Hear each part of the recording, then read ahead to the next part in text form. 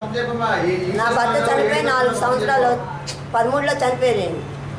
2013లో చనిపోయిన దగ్గర నుంచి ఇంట్లోంచి పోతావా పోవా అని కూర్చున్నారు. మా అత్తగారు, మా మరిది కొండ శ్రీనివాసు, వాళ్ళ ఆవిడ పద్మావతి కూర్చున్న తర్వాత స్టేషన్కి మాట్లాడితే కొట్టడానికి తండానికి మనుషులు పంపిస్తున్నారు.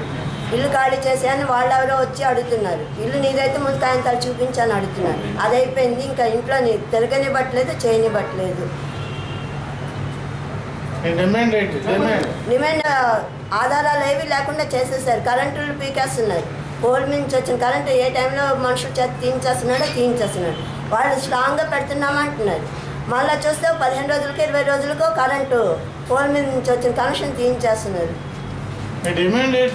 అదే ఇంటి వాళ్ళ వల్ల మాకు ప్రాణహాని లేకుండా ఈ కొండ శ్రీనివాసు, పద్మావతి వాళ్ళ బావమర్దులు, వాళ్ళ పిల్లలు కూడా మీదకొచ్చి తండానికి కొట్టడానికి వాళ్ళే వచ్చేస్తున్నారు.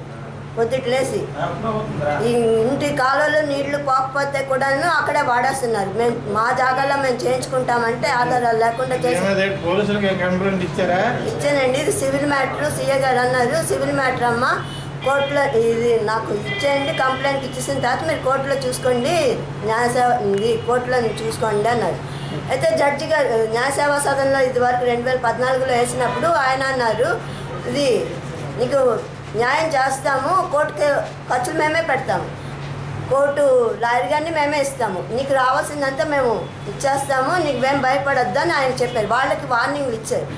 ఆవిడనేమి అనొద్దు, ఆవిడ ఇంటికి హక్కుదారులు భర్త చనిపోయినా సరే అనేసి ఆయన అన్నారు. వాళ్ళని అన్నా సరే ఇంటికి వచ్చిన దగ్గర నుంచి మరీ ఎక్కువైపోయింది. వాళ్ళ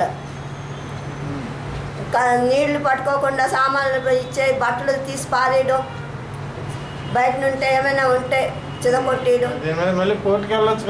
వెళ్ళడానికి ఏ ఆధారం? కోర్టుకు వెళ్ళాలంటే ఏమున్నాయండి, నా దగ్గర ఏం లేకుండా చేసేసారు. అదే కోర్టు కదా, ఇంటి తారీఖు డాక్యుమెంట్స్ అయినా నెంబరు పేపర్లో వేయించమన్నా వాళ్ళు. నువ్వు ఇలాగ అంటున్నావు, నాదైతే చూపించని అడుగుతున్నారు. నీదైతే చూపించు, అప్పుడు ఇంట్లో ఉంది కానీ లేకపోతే ఇంట్లోంచి పోతావు పోవా అని 4 కలిపి వస్తున్నారు. ఏం చేస్తాం ఏంటి? వాడు ఆఫీస్కి అండి, వాడు ప్రైవేట్ జాబ్లు అండి. ఇవన్నీ ఉంటే వాళ్ళు అక్కడ సమస్యల వల్ల పనులు చేయలేరు. వాడు వర్క్ చేసుకోకపోతే ఇల్లు గడవద్దు నాకు.